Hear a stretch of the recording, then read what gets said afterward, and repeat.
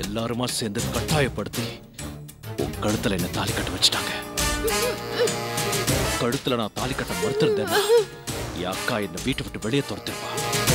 இவ்வளவு வசதியா வாழ்ந்துட்டு இனிமே வெளியில போய் பீச்சில் சுண்டல் வித்தலாம் என்னால் பிழைக்க முடியாது. உங்க உயிரை நேக்கு திருப்பி கொடுத்த அந்த பெருமாளுக்கு நன்றி செலுத்துற விதமா இனிமே என் வாழ்நாள் முழுக்க என்னால ஆன எல்லா உதவிகளையும் நான் மத்தவளுக்கு செஞ்சுட்டே இருப்பேன். கௌசி சுரேஷை கல்யாணம் பண்ணிக்க சம்மதிச்சிட்டா.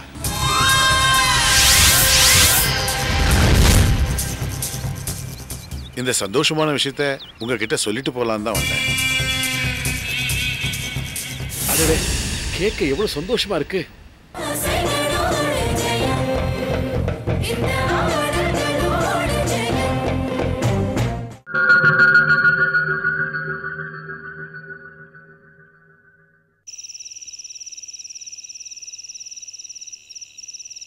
கடவுள் நல்லவங்களுக்கு நிறைய சோதனைகளை கொடுத்துட்டு கடைசியில அவங்களுக்கு வாரி கொடுப்பாருன்னு சொல்லுவாங்க. என்ன நீ புரிஞ்சிக்காம ஆரம்பத்துல நிறைய இடைஞ்சல் கொடுத்தா கூட இப்ப எனக்கு எவ்வளவு பெரிய பரிசு கொடுத்திருக்க. ரொம்ப தேங்க்ஸ் டி. என்ன? ஆமா, கிருஷ்ணா எங்க? கிருஷ்ணாவும் அக்காவும் உள்ள ரூம்ல தூங்கிட்டு இருக்கா. கிருஷ்ணா பத்தி நீ கவலைப்படாத, சந்தோஷமா இரு. Just enjoy. என்னடி பெரிய மனுஷி குத்து கல்லாட்டம் நிக்கிறேன். ஏ ஜோக்கெல்லாம் பேசிட்டு சும்மா அவளை அழைச்சின்னு போ. வா துளசி.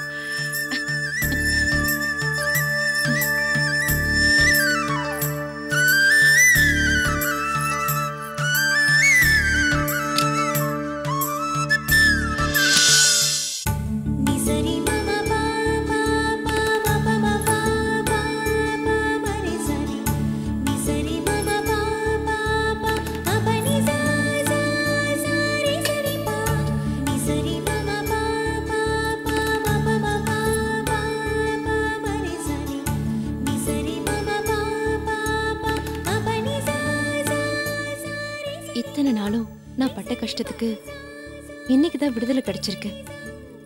நீங்க மனப்பூர்வமா என்னை ஏத்துக்கணும்னு தான் நான் இன்னைக்கு வரைக்கும் காத்துட்டு இருந்தேன்.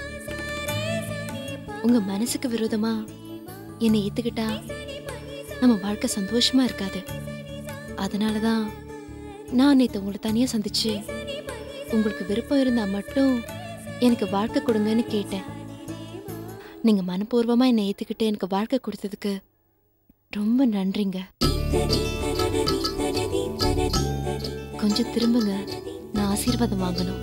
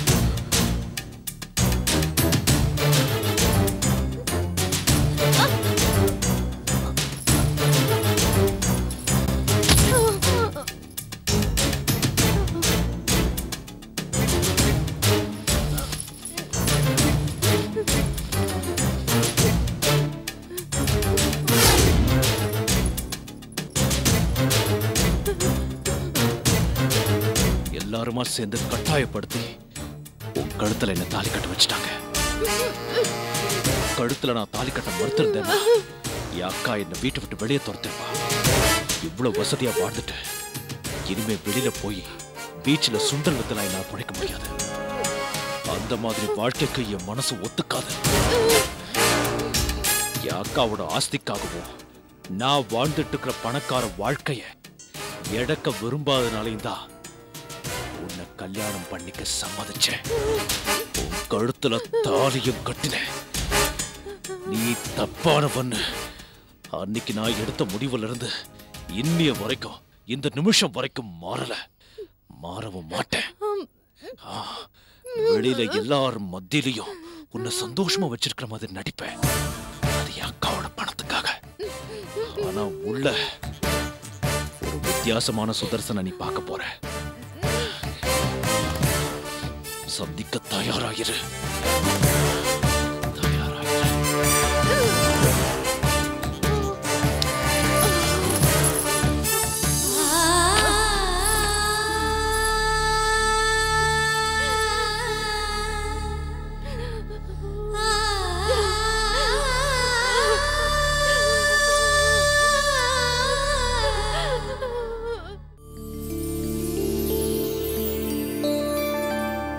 ஏன்னா மாத்திரை சாப்பிட்டேடா? சாப்பிட்டாச்சுமா. தொண்டை வலிக்கிறதுன்னு சொன்னீங்களே, அதான் பனங்கற்கண்டு போட்டு பால் காய்ச்சி கொண்டு வந்திருக்கேன். குடிங்க, தொண்டை வலிக்கு ரொம்ப நல்லது.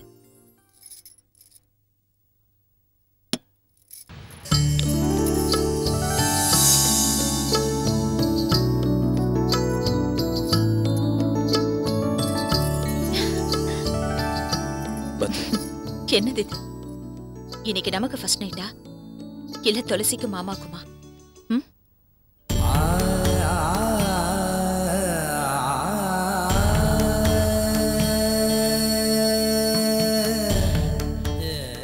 என்னண்ணா இது? ஏன் இப்படி கண் கலங்குறீல்? நாம தனிமையில் இருக்கும்போது இப்படி நீங்க கண் கலங்கி நான் பார்த்ததே இல்லையே. ஏன்னா என்னாச்சு உங்களுக்கு?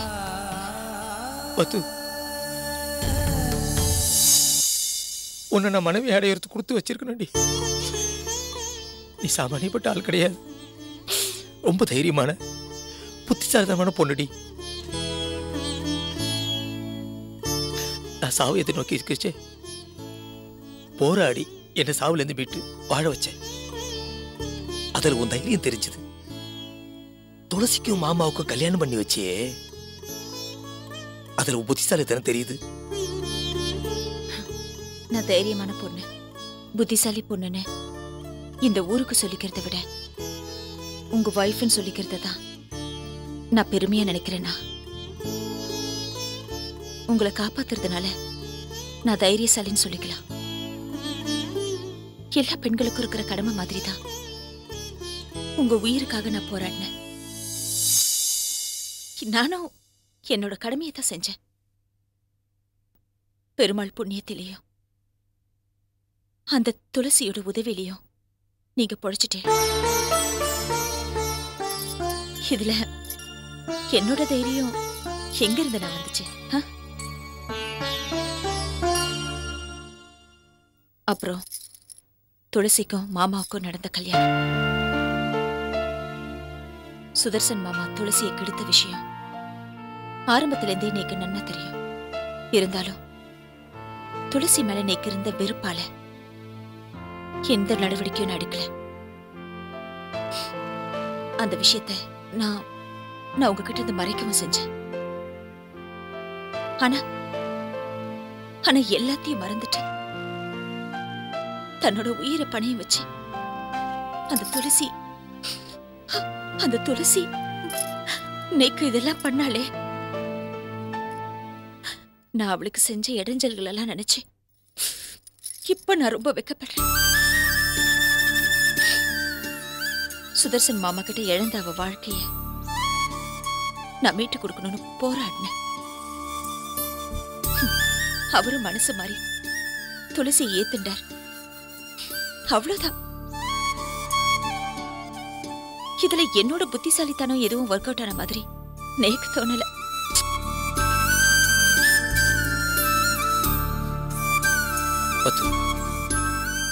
நீ செஞ்ச நல்ல காரியத்தை எல்லாம் அடக்க உணர்வோட தன்னடக்கத்தோட தானா நடந்தது சொல்றேன். ஆனா ஒன்று சொல்றேன்டி, நான் உயிர் பொழைச்சதும் சரி, துளசிக்கு கல்யாணம் நடந்ததும் சரி, உன்னால தாண்டி. முழுக்க முழுக்க உன் தளராத முயற்சியால தாண்டி. இல்லனா நீங்க உடம்புக்கு முடியாம படுத்துட்டு இருக்கிறதுக்கு முன்னாடி நானும் ஒரு சராசரி பொண்ணாதான் இருந்தேன். பொறாம, நான் தாங்கிற கர்வம், பணத்திமிரு, இப்படி எல்லா கெட்ட குணங்களோட மொத்த கலவையா இருந்தேன். ஆனா ஆனா என் மாங்கல்யம் ஊசலாடினப்போ அப்பதான் நான் என்ன உணர ஆரம்பிச்சேன்.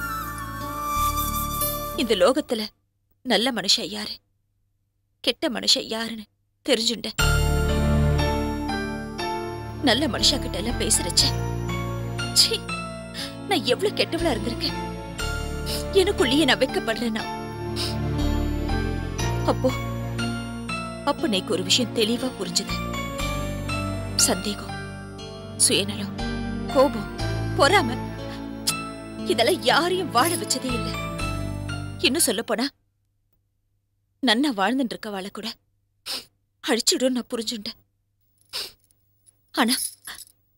ஆனா உங்க மறுபிறவிக்கு அப்புறம் நான் என்ன புதுசாக்கிக்கிட்டேன். ஆமாண்ணா, நான் இனிமே பழைய பத்மா இல்ல. பழைய பத்மா எப்பவும் செத்துட்டா.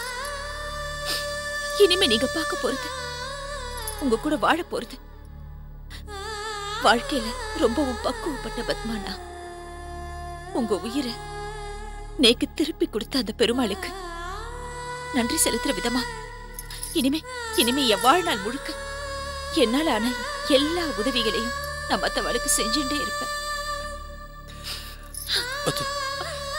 இப்ப சொல்றேன்டி, உன்னை நான் மனைவி அடைஞ்சதுக்கு ரொம்ப சந்தோஷப்படுறேன்டி. எனக்கு ரொம்ப பெருமையா இருக்குடி.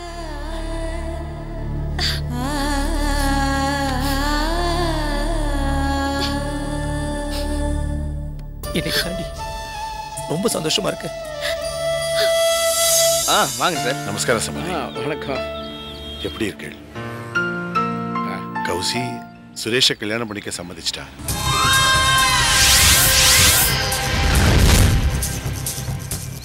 இந்த சந்தோஷமான விஷயத்த உங்ககிட்ட சொல்லிட்டு போலான்னு தான் வந்தேன்.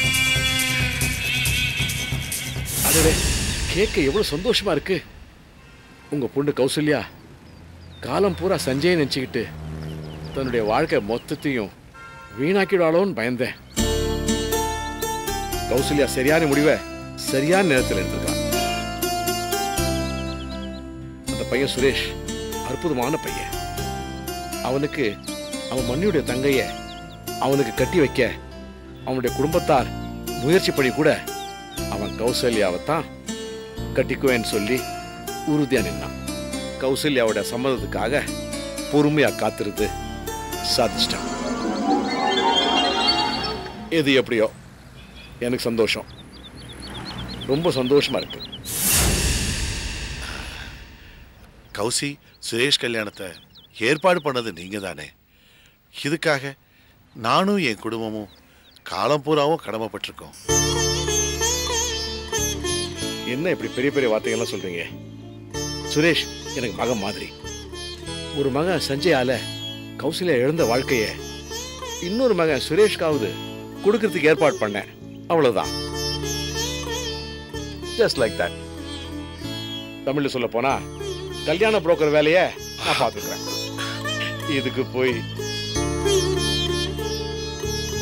கௌசல்யா சம்மதிச்சிருந்தாலும் கூட சுரேஷ் குடும்பத்தை சேர்ந்தவன் எல்லாரும் இந்த கல்யாணத்துக்கு அவ ஒத்துக்கணும்னு நினைக்கிறேன். அப்பதான் இந்த வாழ்க்கை நன்னா அமையும்னு நினைக்கிறான். அவ்வளவுதானே. கல்யாணம் வேண்டான்னு சொன்ன கௌசல்யாவே சுரேஷை கட்டிக்க சம்மதிச்சப்போ கல்யாணத்துக்கு சுரேஷ் குடும்பத்து ஆட்களை சம்மதிக்க வைக்கிறதா பெரிய விஷயம். நானும் டாக்டர் கோபாலும் சுரேஷ் வீட்டுக்கு போய் பேசுறோம். அவனுடைய அம்மாவே உங்க வீட்டுக்கு வந்து கௌசல்யா கிட்ட கல்யாணத்துக்கு சம்மதம் வாங்க சொல்றேன். நானே அவங்ககிட்ட பேசுறேன். போதுமா உங்களுக்கு? அது போதும், அது போதும். எனக்கு ரொம்ப சந்தோஷமா இருக்கு. என் பொண்ணு கௌசி வாழ நீங்க என்னை விட ரொம்ப சிரமப்படுறீங்களே. உங்களுடைய அறிமுகம் நேக்கு கிடைக்கிறதுக்கு போன ஜென்மத்துல ரொம்ப புண்ணியம் பண்ணியிருக்கணும். ரொம்ப சந்தோஷங்க. கௌசல்யா எனக்கும் பொண்ணு மாதிரி தான். எனக்கு என் பொண்ணு சந்தோஷம் தான் முக்கியம். அவ சந்தோஷத்துக்காக நான் எது வேணாலும் செய்வேன். யார் காலை வேணும்னாலும் விழுவேன். டேய் பாஸ்கர், அப்பா கோபால் ஃபோன் பண்ணி சரி. அவனை இமீடியட்டா இங்க வர சொல்லு. சரிங்கப்பா.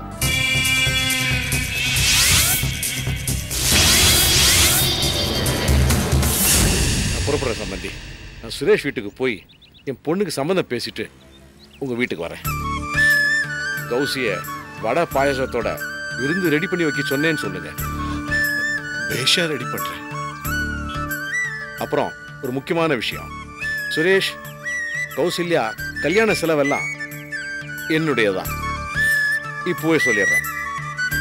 இந்த ஊரே பார்த்து பிரமிச்சு போற அளவுக்கு நடத்தி வைக்க போறேன். என் பொண்ணு கல்யாணத்தை நான் நடத்தி வைக்கிறது தான் சந்தோஷம் எனக்கு. ரொம்ப சந்தோஷம். எதுக்கு ஃபார்மாலிட்டிஸ்? ரொம்ப சந்தோஷம், ரொம்ப சந்தோஷம். வரேன் சம்மதி. போயிட்டு வா.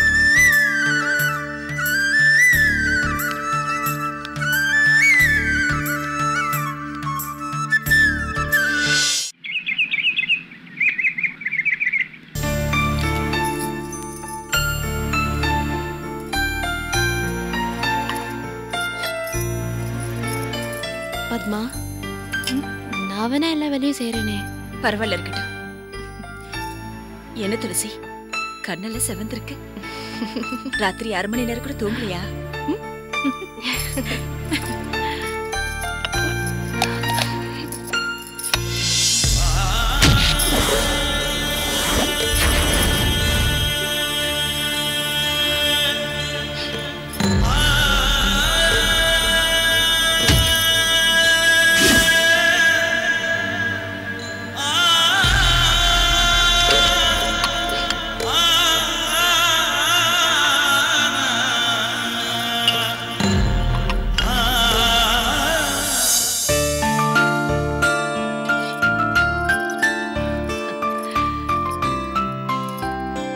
பத்மா, காஃபி கொண்டு வா. இதோ வந்துட்டேமா.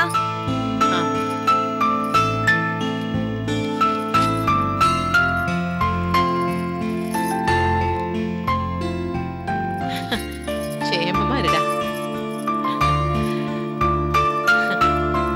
இந்தாங்கம்மா காஃபி. பத்மா, துளசிய பூஜை அறைக்கு கூட்டின்னு போ. அவளும் உன்ன மாதிரி இந்த ஆத்துக்கு வாழ வந்த மகாலட்சுமி. அவளை இன்னைக்கு விளக்கேத்த சொல்லு. இந்த குடும்பமும் நன்னா இருக்கணும், அவளும் சேமமா இருக்கணும். துளசி, விளக்கேத்தரிச்ச இந்த குடும்பம் தழைக்கணும். நான் பூவும் பொட்டோட 100 வருஷம் சேமமா இருக்கணும்னு வேண்டிக்கும்.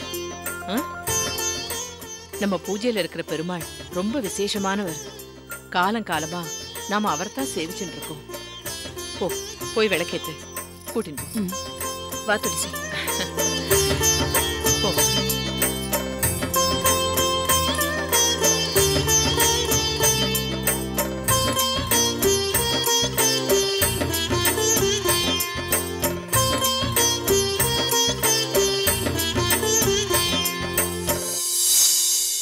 துளசி, பெருமாளை சேவிச்சுண்டு போய் விளக்கேத்து. துளசி, என்னடி இது? விளக்கேத்து சொன்னதுக்கு ஏன் இப்படி கண் கலங்குற? இல்ல பத்மா, நான் தப்பான குளத்துல பிறந்த பொண்ணு. இந்த வீட்டு பின்வாசல் படிய கூட மிதிக்க தகுதி இல்லாதவனா. என்ன பூஜாரிக்கு கூட்டிட்டு வந்து விளக்கேத்த சொன்னா இதுக்கு நான் என்ன புண்ணியம் பண்ணிருக்கேனோ தெரியலையே. என்னடி துளசி இது? அசடு மாதிரி அழுதுன்னு இருக்க. கண்ணை துரிச்சுக்கோ. நீ யாரு? இந்த ஆத்து மாட்டு பொண்ணு. இன்னும் சொல்ல போனா சுதர்சன் மாமாவோட ஆம்படையா. என்ன விட இந்த ஆத்துல நோக்கு தாண்டி உரிமை ஜாஸ்தி. இனிமே நானே 5க்கும் 10க்கும் உன்கிட்ட தான் வந்து கை நீட்டி நிக்கணும். அவளையே இந்த ஆத்துல இருக்கிற அவ்வளவு பேரையும் ஆட்டி வைக்கிறாளே ரங்கநாயகி அம்மா, அவளே இனிமே உன்கிட்ட சரண்டர். சரி சரி, அழாத. பெருமாளை மனசுல சேவிச்சுண்டு போய் விளக்கேத்து. எனக்கு வாழ்க்கையும் கொடுத்து இவ்வளவு கௌரவத்தையும் தரிய பத்மா. இந்த பூஜாரியில வச்சு சொல்றேன், நீயும் ஒரு கடவுளுக்கு சமம் பத்மா. சரி, அழாதம்மா. சரி, அழாத. கண்ணை தொடச்சுக்கோ. போய் விளக்கேத்து. போ, போய் விளக்கேத்து. போ.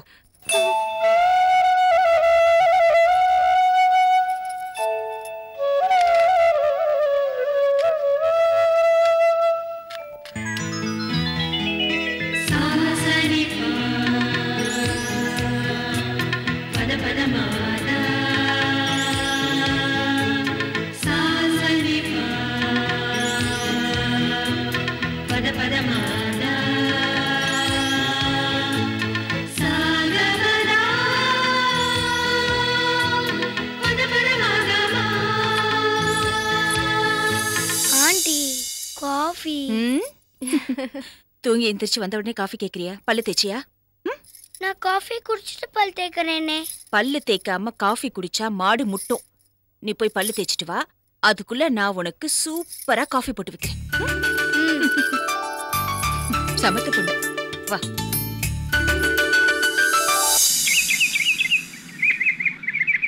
என் கல்யாண விஷயம் பேசுறதுக்காக இப்ப டாக்டர் கோபாலும் ராஜரத்ன சாரும் வருவாங்க. எனக்கும் கௌசல்யாக்கும் நடக்க போற கல்யாணத்தை பத்தி தான் பேச வர்றாங்க. இந்த கல்யாணத்துல இஷ்டம் இல்லாதவங்க அவங்க வந்துட்டு போற வரைக்கும் இந்த ஹாலுக்கு வர வேண்டிய தேவையில்லை. எதா இருந்தாலும் நேரடியா பேசுங்க. இப்ப என்னதானே சொன்னீங்க?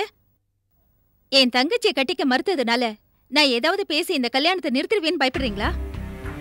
உங்களாலன்னு இல்ல, எனக்கும் கௌசல்யாக்கும் நடக்க போற இந்த கல்யாணத்தை வேற யாராலையும் தடுத்து நிறுத்த முடியாது. அதுக்காக சொல்லல, மனசுக்கு பிடிக்காம எதுக்கு பேச்சுவார்த்தையில கலந்துக்கணும்? அதுக்காக தான் நான் சொல்றேன். விருப்பம் இல்லாதவங்க தயவு செஞ்சு இங்க இருக்க வேண்டாம். எப்படியோ என் மகன் ஆசைப்பட்ட கௌசல்யாவே அவனுக்கு மனைவியா வரப்போறா. எல்லாம் நல்லபடியா நடந்தா நீக்கு அதுவே ரொம்ப சந்தோஷம். பச்சோந்திய பத்தி கேள்விப்பட்டிருக்கேன், பார்த்ததில்ல. இப்போ உங்க ரூபத்துல நல்லாவே பாக்குறேன். அன்னைக்கு எங்க வீட்டுக்கு வந்து எங்க அப்பா கிட்ட வந்தனாவ சுரேஷ்க்கு கட்டி கொடுங்கன்னு எவ்வளவு கெஞ்சினீங்க.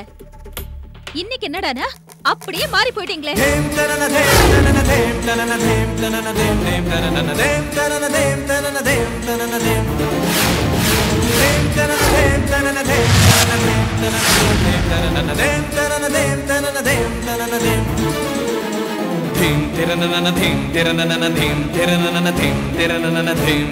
Dhim,